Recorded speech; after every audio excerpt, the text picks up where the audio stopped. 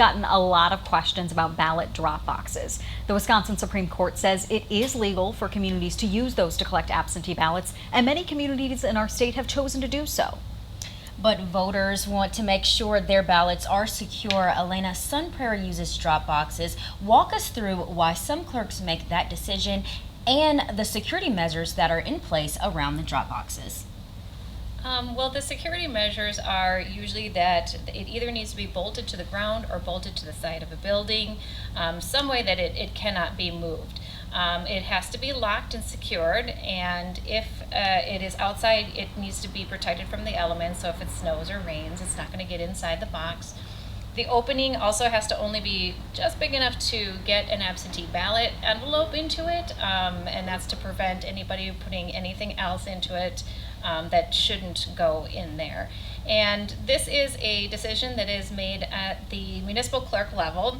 So usually it's more based on, does your community need that? Do your voters, are they asking for it? Will they use it?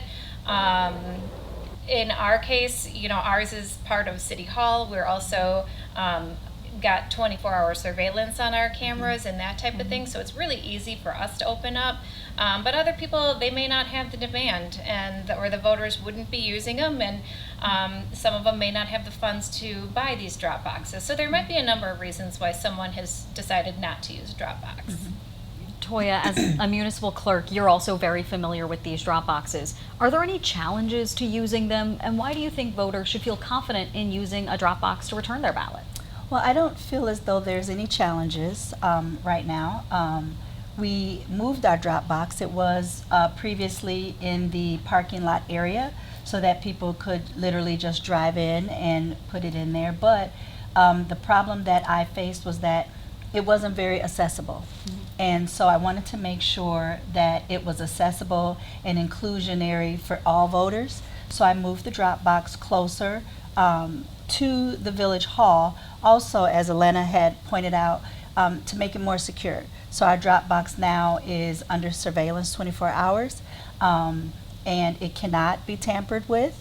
If a person did attempt to try to tamper, their faces would be clearly seen on our cameras. And we did have a lot of residents just questioning why the decision was made by me to move the drop box. And first and foremost, I let them know about the security purpose involved. And so they were all in agreement about that process. Thank you. In Washington County, we also have municipalities that are using drop boxes as well. In our county, we have some more rural municipalities, and for them, they've had drop slots in their building for the last 40, 50, 60 years. So again, like right outside their front door, secured. The clerk is the only one that has access. In Washington County as well, a lot of our bigger municipalities already have surveillance 24 hours that their law enforcement teams are involved in monitoring, but also we are bringing forward at our county board level an initiative to offer funding to our municipalities for some of those smaller municipalities that don't have surveillance, for them to be able to afford to purchase that and have it monitored.